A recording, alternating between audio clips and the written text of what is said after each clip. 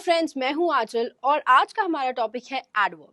तो अगर आप इस वर्ड को देखो, इसमें लिखा हुआ है वर्ब और वर्ब के आगे आपने लगा दिया है एड। जनरली अगर आप बुक्स में पढ़ने जाएंगे तो एडवर्ब की मीनिंग आपको क्या मिलेगी? एक ऐसा वर्ड जो वर्ब, एडजेक्टिव और एडवर्ब मतलब खुद को क्वालिफाई करता है।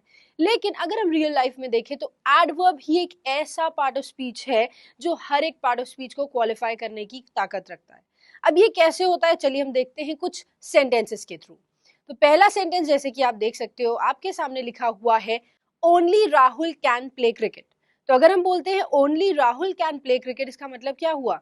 राहुल नाउन है और सिर्फ राहुल ही क्रिकेट खेल सकता है।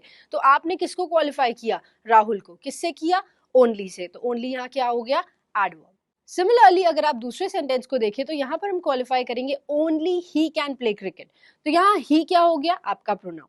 और प्रोनाउन को कौन क्वालिफाई कर रहा है? ओनली। तो ओनली क्या हो गया? एडवर्ब जो प्रोनाउन को क्वालिफाई कर रहा है। तीसरा चीज जो आपने देखी है वो है एडजेक्टिव। अब सपोज करो स्टेटमेंट लिखा है she is beautiful. She is beautiful, तो वो क्या है? वो ब्यूटिफुल है। ब्यूटिफुल हो गया आपका एडजेक्टिव। और वो कितनी ब्यूटिफुल है? Extremely beautiful. तो एक्सट्रीमली क्या है? एडवर्ब और किसको क्वालिफाई कर रहा है? एडजेक्टिव को। इसी तरह से चौथा सेंटेंस अगर आप देखोगे, वहां क्या लिखा हुआ है? वर्ब। वर्ब को क्वालिफाई करेंगे शी रैन फास्ट, वो बहुत तेज दौड़ी। अब बताइए यहाँ पर रैन आपका वर्ब हो गया और कैसे दौड़ी? फास्ट। तो फास्ट क्या है? एडवर्ब। अब कभी भी ये मत समझिएगा कि एडवर्ब सिर्फ ly लगाने से ही बनते हैं, ऐसा कोई भी कंपल्शन नहीं है। बिना ly के भी एडवर्ब्स बनाए जा सकते हैं। जैसे कि आप यहाँ देख सकते हो शी रैन फास्ट, तो फास्ट क्या है? एडवर्ब जो किसको क्वालिफाई कर रहा है? वर्ब को। अब एडवर्ब खुद को भी क्वालिफाई कर सकता है। कैसे? हमने लिखा शी रैन फास्ट, और फास्ट भी कैसे? शी रैन वेरी फास्ट हो गया। तो वेरी क्या है? एक ऐसा एडवर्ब जो खुद को क्वालिफाई कर रहा है। खुद को कैसे? शी आपका प्रोनाउन, रैन वर्ब। वर्ब था रैन, कैसे दौड़ा? फास्ट। तो फास्ट क्या हो गया? एडवर्ब। और कितनी तेज दौड़ा? Very fast. तो वेरी क्या हो गया? अगेन ये आपका एडवर्ब आ गया। इसी तरह से ये प्रेपोजिशन को भी क्वालिफाई कर सकता है। कैसे? The ball bounced over his head. Ball उसके सर के ऊपर से उछल के चली गई। अब आपने यहाँ पर प्रेपोजिशन कहाँ देखा? ओवर। और ओवर बताया ऊपर से चली गई। अगर हम बोले एग्जैक्टली ओवर हिज हेड तो मतलब क्या निकला? बॉल बिल्कुल उसके सर के ऊपर से उछल कर चली गई। तो एग्जैक्टली एक ऐसा वर्ड हो गया जो ओवर प्रेपोजिशन को क्वालिफाई कर रहा है, और वो क्या है? एडवर्ब। सिमिलरली ये कंजंक्शन को भी क्वालिफाई कर सकता है। कैसे? हमने स्टेटमेंट दिया she helped her simply because she was her best friend. She helped her simply because she was her best friend. तो यहाँ पर एक काम हुआ क्या करने का? उसने उसकी हेल्प करी। क्यों करी? क्योंकि वो उसकी सबसे अच्छी दोस्त थी। बिकॉज यहाँ पर हो गया आपका कंजंक्शन, राइट? और कंजंक्शन बिकॉज के साथ क्या लगा है? सिंपली, जो कि क्या है? एडवर्ब। तो यहाँ पर आप देख सकते हैं अब हमारे पास नेक्स्ट जो चीज आई है वो है एक्सक्लेमेटरी सेंटेंस। अब आप देख सकते हो कि ये एक्सक्लेमेटरी सेंटेंसेस को भी क्वालिफाई करता है। कैसे? हमने सेंटेंस लिखा ही एस्केप्ड, वो बच निकला। अब यहाँ पर आपके पूरे के पूरे सेंटेंस को क्वालिफाई करना है, पूरे के पूरे सेंटेंस में कुछ ऐड करना है। तो क्या करेंगे? स्टार्टिंग में आप लिखेंगे अनफॉर्चुनेटली ही एस्केप्ड, मतलब दुर्भाग्यवश वो बच निकला। और अनफॉर्चुनेटली यहाँ पर क्या हो गया? आपका एडवर्ब। तो आपने देखा एडवर्ब एक ऐसा वर्ड है जो सिर्फ एडवर्ब, वर्ब और एडजेक्टिव को क्वालिफाई नहीं करता, बाकी सारे एडजेक्टिव्स या फिर सारे पार्ट्स ऑफ स्पीच को क्वालिफाई करने का काम करता है। तो अब हम एडवर्ब को कैसे डिफाइन करेंगे? Adverb is a word which qualifies or adds something to the meaning of each and every part of speech. तो चलिए अब बढ़ते हैं हम टाइप्स ऑफ एडवर्ब्स और उन्हीं से रिलेटेड कुछ रूल्स की तरफ। तो अभी हमने देखा कि एडवर्ब को हम किस तरह से यूज कर सकते हैं। ये एक ऐसा वर्ड है जो हर एक पार्ट ऑफ स्पीच को क्वालिफाई कर सकता है, उनकी मीनिंग में कुछ ना कुछ ऐड कर सकता है, जैसा कि अभी आपने देखना। तो अब हम देखेंगे कि टाइप्स ऑफ एडवर्ब्स क्या होते हैं या कितने टाइप के एडवर्ब्स होते हैं। देखो, अगर कोई ये कहता है कि adverb of manner, adverb of time, adverb of place ये सब टाइप्स हैं, तो लेट मी टेल यू, ये टाइप्स नहीं होते, ये सब टाइप्स हैं। किसके सब टाइप्स हैं? हमारे पास होते एडवर्ब सिर्फ 3 टाइप के हैं। सबसे पहला सिंपल एडवर्ब, फिर रिलेटिव एडवर्ब, और उसके बाद होता है interrogative adverb.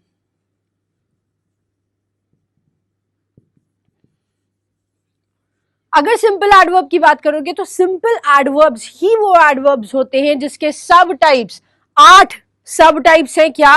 Manner, place, time, frequency, degree, ये सब जो आप बोलते हो ये अलग अलग टाइप्स नहीं है, ये सिंपल एडवर्ब के अलग अलग पार्ट्स हैं। सिमिलरली अगर रिलेटिव एडवर्ब की बात करोगे तो ये वर्ब से कनेक्ट करेगा अपने एंटीसीडेंट को।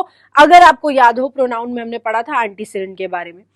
इंट्रोगेटिव एडवर्ब वो एडवर्ब होता है जो वर्ब को, मतलब सब्जेक्ट ने कोई काम किया और उस काम को जो क्वेश्चन करता है उसको हम बोलते हैं इंट्रोगेटिव एडवर्ब। तो चलिए एक एक करके देखते हैं कि क्या होते हैं सबसे पहले सिंपल एडवर्ब्स। चलिए अब हम आते हैं अपने सिंपल एडवर्ब के सबसे पहले पार्ट पे जिसमें हम पढ़ेंगे एडवर्ब ऑफ मैनर को। एडवर्ब ऑफ मैनर एक क्वेश्चन को आंसर करता है। जब भी आपके दिमाग में एक क्वेश्चन आए कि कोई काम कैसे हुआ है, तो क्वेश्चन क्या आया? कोई काम कैसे हुआ है, how, the way a verb is performed, वो तरह, वो तरीका जिससे थ्रू एक काम किया गया है उसे हम बोलते हैं एडवर्ब ऑफ मैनर। जैसे कि कैसे हो सकता है कोई काम? Neatly, slowly, well, fast, etcetera. तो ये वर्ड्स ऐसे वर्ड्स हैं जो डिफाइन करते हैं कि किसी काम को किस तरह से किया गया है, how a work is perform, किस तरह से उसे परफॉर्म किया गया है। जैसे हम बोले शी रोट अ लेटर, क्या हुआ यहां पर? शी ने एक काम किया, क्या? लिखने का। क्या लिखा? एक लेटर। और कैसे लिखा? नीटली। तो यहां पर ये नीटली वर्ड क्या हो गया? ये एक एडवर्ब ऑफ मैनर है, किस तरह से कोई काम किया। या हम बोले she sings dash, she sings, वो गाना गाती है। कैसे गाती है? वेल, अच्छा गाती है। तो यहां पर वेल और नीटली किस चीज का काम कर रहे हैं? एडवर्ब ऑफ मैनर का काम कर रहे हैं, जो वर्ब को क्वालिफाई कर रहा है कि वर्ब किस तरह से परफॉर्म हुआ है। अब हम आते हैं अपने दूसरे पार्ट पे जो है एडवर्ब ऑफ टाइम। तो जैसे एडवर्ब ऑफ मैनर डिफाइन कर रहा था कि कोई काम किस तरह से हुआ है, वैसे ही एडवर्ब ऑफ टाइम क्या डिफाइन करेगा कि कोई काम कब हुआ है। तो वो क्वेश्चन जो व्हेन से आंसर हो जाए, वो सेंटेंस जो व्हेन को आंसर कर दे, उसे हम क्या बोलेंगे? Adverb of time. The time a verb is performed, वो समय जब कोई कार्य हुआ है उसको हम बोलते हैं एडवर्ब ऑफ टाइम। क्या हो सकते हैं? Early, late, now, then, yesterday, tomorrow, etc. तो ये सब वर्ड्स क्या है? ये सब है adverb of time. For example हम बोले आई केम डैश, हम आए कब? जल्दी। तो क्या लिखेंगे? आई केम अर्ली। तो यहां आने का काम हुआ और कब हुआ? When, early. तो अर्ली ने व्हेन को आंसर किया, उस क्वेश्चन को आंसर किया, तो अर्ली क्या है? Adverb of time. सिमिलरली हम बोले I will go there dash, हम वहां कल जाएंगे। कब जाएंगे? जाने का काम होगा और कब होगा? When, tomorrow. तो टुमारो क्या हो गया? Adverb of time. तो जो वर्ड्स वर्ब को डिफाइन करेंगे ये बताने के लिए कि वो कब हुआ है, उन्हें हम बोलेंगे एडवर्ब ऑफ टाइम। अब अगला है हमारे पास एडवर्ब ऑफ प्लेस। जैसे एडवर्ब ऑफ मैनर ये डिफाइन कर रहा था कि कोई काम कैसा हुआ, टाइम ये बता रहा था कि वो काम कब हुआ, एडवर्ब ऑफ प्लेस ये बताता है कि वो काम कहां हुआ। तो कौन से क्वेश्चन को आंसर करेगा? कहां, वेयर, है ना। तो ये क्या बताएगा?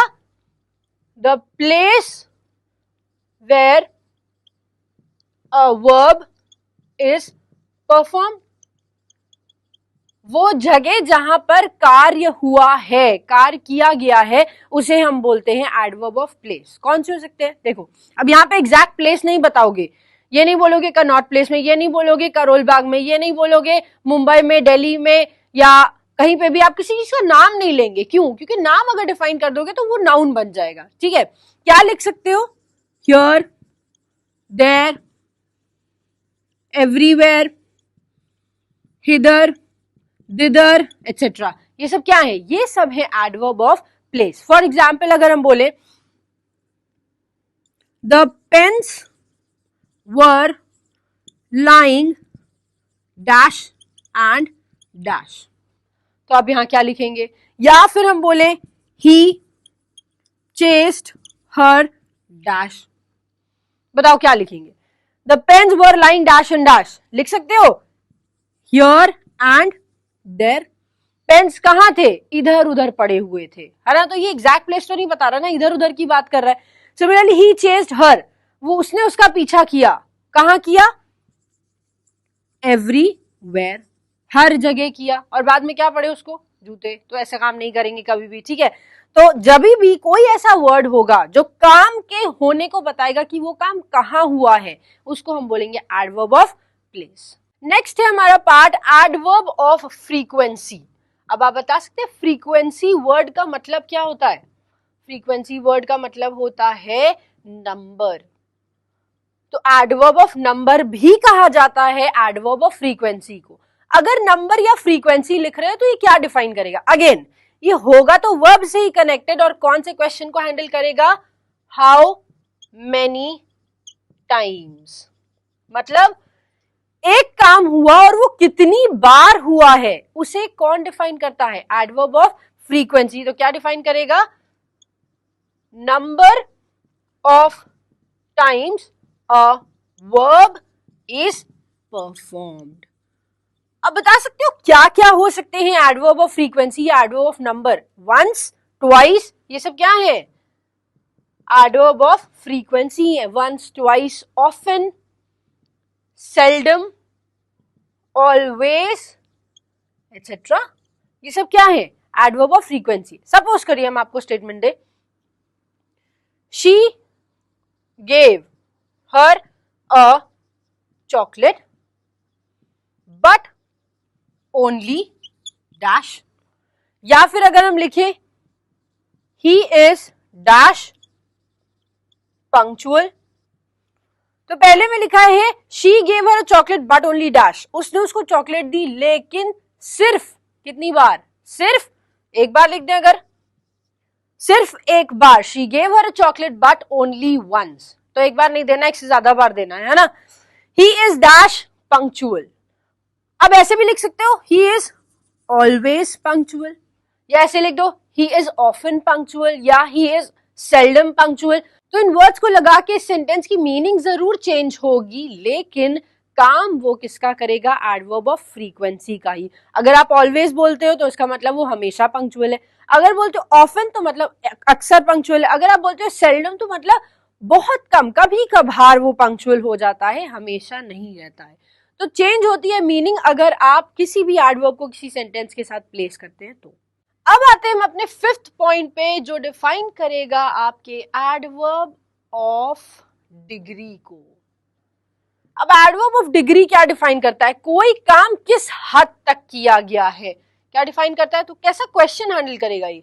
हाउ मच, कितना, कोई काम हुआ है तो कितना हुआ है. क्या डिफाइन करता है? To what extent a verb is performed, किस हद तक किसी काम को किया गया है उसको हम बोलते हैं एडवर्ब ऑफ डिग्री. क्या वर्ड्स हो सकते हैं? Almost, enough, too, very, much etcetera. ये सब वर्ड्स क्या है? ये सब है एडवर्ब ऑफ डिग्री. अभी हम आगे आने वाले वीडियो में ये भी देखेंगे कि इन वर्ड्स को यूज किस तरह से करना है सेंटेंस में, ठीक है? तो अगर हम सेंटेंस में ये लिखते हैं he is rich dash to maintain a car, वो इतना रिच है कि एक कार को मेंटेन कर सकता है, खरीद के उसको अपने पास रख सकता है. तो क्या करेंगे? ही इज रिच, क्या लिखोगे? Enough to maintain a car. या फिर लिखे he is dash ill to go to work or office, whatever you want to write. तो क्या लिखोगे? He is too ill to go to work, वो बहुत ज्यादा बीमार है काम पे जाने के लिए. तो टू जिसमें टी ओ ओ होता है, इनफ, ऑलमोस्ट, ये सब कैसे वर्ड्स हैं? ये सब वर्ड्स हैं जो डिफाइन करते हैं आपके एडवर्ब ऑफ डिग्री को. मतलब कोई काम हुआ है तो कितना हुआ या किस हद तक हुआ है। अब आते हैं अपने 6th पार्ट पे जो है एडवर्ब ऑफ रीजन, कॉज और पर्पस।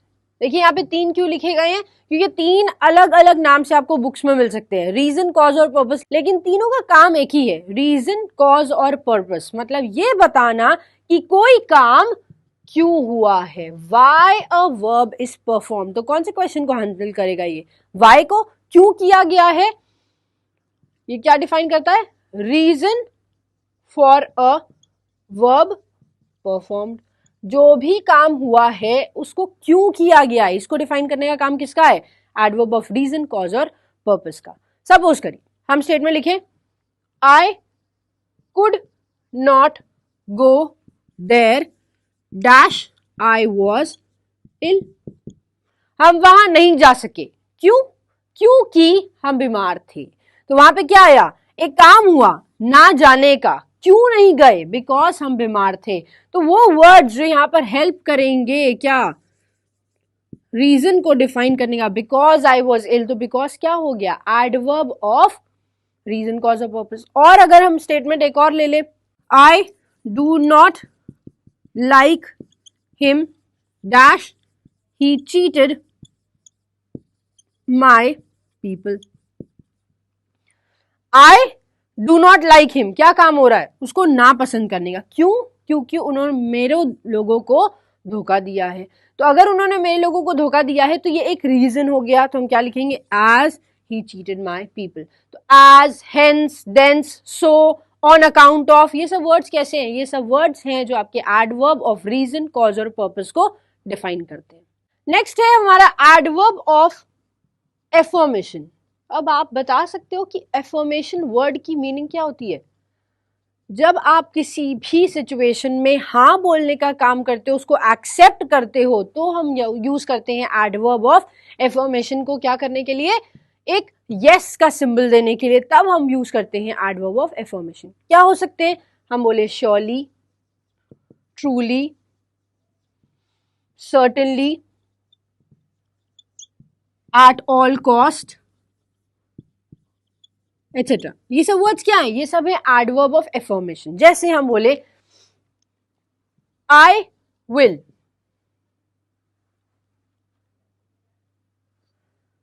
डैश पे द लोन, तो क्या लगा सकते हो उसमें, आई विल डैश पे the loan, I will certainly पे द लोन, हम बिल्कुल जरूर से इस लोन को पे कर देंगे।